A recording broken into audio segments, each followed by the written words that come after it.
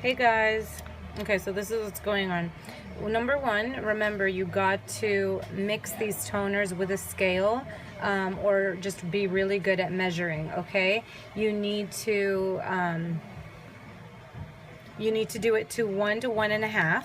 That's really important. So what I did is I did 2 ounces of the violet and I did 1 ounce of the ash, and then 4.5 ounces of the zero lift developer, which is this stuff right here. Okay, so it has to be this. Do not mix it with anything else.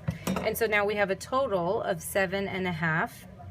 If you suck at math like me, it would be very wise of you to create a cheat sheet like what I did. So my cheat sheet will like tell me exactly how much developer to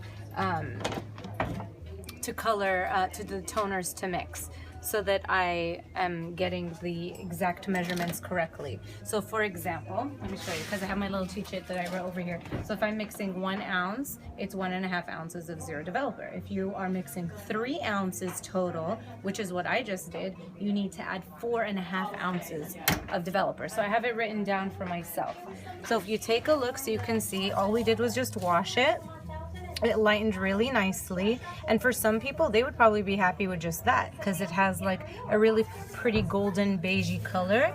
But because she wants it to be pretty ashy, this would be considered too yellow for her. And there's a few spots from her previous color that she had done that look a little bit yellowy right there, but that's okay because that's what the toner will fix for us. So I usually like to do it right here at the sink because it's just less messy for me that way. And What toners are you using again? violet and ash, 2 ounces of the violet, 1 ounce of the ash, okay? And you just want to get it towel dried pretty good so it's not drenched. And you usually want to start right here in the root area, because you kind of want to create a shadow root, so you want the roots to go a little bit darker than the rest of it and to keep a little bit more brightness at the bottom. I'm sorry, I hope you guys are able to see. If you guys don't feel comfortable doing it at the sink, you can always sit them upright, but for me the sink works best. And I just kind of get in there. And if you guys are struggling with the toners and you have any questions, like feel free to ask me. I love them. I really do. They work very well. If you leave them on longer, they will get darker. So if you want it to be darker, leave it longer. Just because it says it's a 5-minute toner doesn't mean you're forced, like you have to leave it on for 5 minutes and now you're upset because it's too dark. If that's the case, just watch it, and when it gets to where you want it to go, take it off. They want to see the bottles for the violet and ash. Okay, I'll show you guys in a second when I'm done applying. So I got her root here. Usually this is where my assistant helps me holding the bowl or helping me section, but because she's holding the phone so you guys can see. You guys seeing this? I'm just getting it good. And it's kind of nice because the smell's not strong or overwhelming. And I actually kind of really like the smell. It smells kind of soapy and clean. What do you think, Jenna? What do you think of the smell? So why are you putting the toner only on the roots? I'm gonna pull it throughout, but right now I want it to be deeper at her roots. I'm gonna pull it everywhere towards, you know, when I'm done. I just want it to sit on the roots a little longer. That creates more of a shadow root effect to keep more brightness on her ends. So I don't want it to sit on her ends as long as it's gonna sit on the rest of it. They like the hair you did behind the chair. Thank you. I was very proud of that one because she had natural level 2 hair. She's Asian, very dark, and so it's quite the struggle to get hair that dark, that light. Are toners available now at RDA? I don't know what RDA is, but they are available at Salon Centric. Yeah, they are available to purchase at Salon Centric, which is who carries Pravana. Cosmoprof doesn't carry Pravana. But if they did, they'd have them too. I like both stores. They both have awesome products. And I like that they both carry Kenra, because when one of the stores is out of something I need, I can always go to the other one to get it. Okay. So I got that done. Now, normally if they want to be super bright, you would just put it on the ends for like the last minute. In her case, she actually doesn't want to be too light. She wants her hair a little bit darker, and she wants more of like a smoky, ashy, purpley color. So, that being said, lift up for me again, my dear. And you really want to make sure, thank you. See, my assistant's awesome. She's holding the phone and the hair, and she's just amazing. You bring it all the way through at this point, and just, you really want to make sure that you are saturating it everywhere and that it's getting everywhere, because you don't want to have like splotches. But I just love the spreadability of it. And I love how pigmented it is, because if it was so sheer, it wouldn't be able to give us the violety color that we're going for, that ashy violety color. Okay, go ahead and lean back so you're comfortable.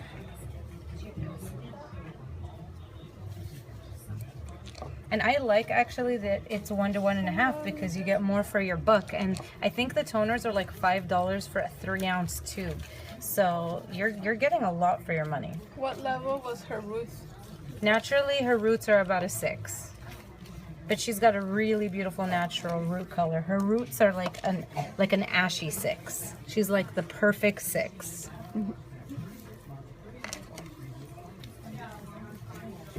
I like how you're doing it.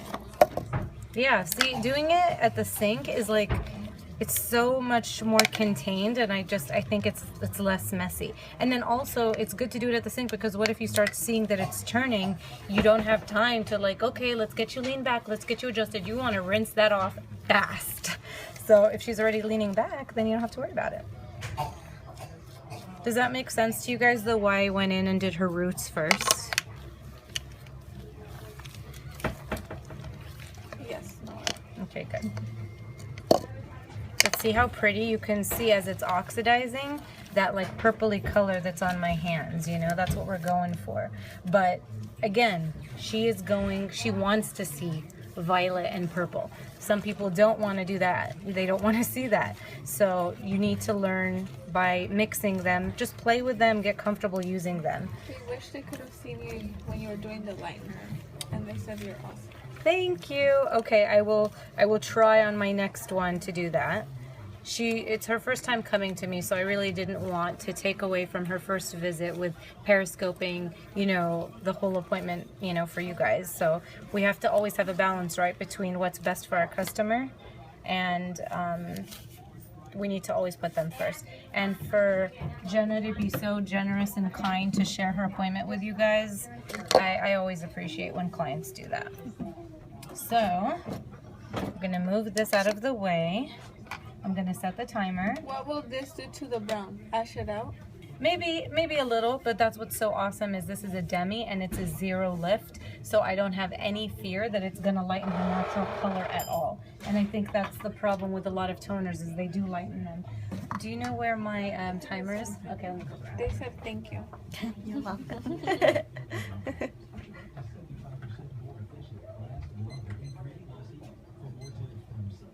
And then they said, are they gonna see the after? Of course. Duh. Okay, so normally it's a 5-minute toner, so you would process for 5 minutes. In this case, I'm actually gonna leave it for 10 minutes. The reason I'm leaving it for 10 is because she does want her hair darker. She does not want her hair to be like blonde. She's going for like a darker, like level 6, you know, ish. So I used the balayage technique, not because I wanted to make her hair overall lighter, but she had a big separation. She had kind of like an ombre going on, so I wanted to bring it all the way up. And so I really want to make sure that the pigment holds onto her hair, and it really does give her that violet pigment. So that's why I set my timer for 10 minutes. This is what they look like. Okay, and we used the violet and ash. Now what I like to do, because the writing's kind of small sometimes and you don't want to accidentally grab the wrong thing, I use my Sharpie and I just do a big letter to symbolize what it is, so it's easy for me to grab. You guys know how hectic and crazy it gets at the salon sometimes, so you don't have time to sit there and do all that. And this is what the 0 lift developer looks like, and they sell that also at Salon Centric. Great idea. Yeah. I don't know why they didn't label them that way. They should have, but they didn't. Be right back. I'm gonna put this over there.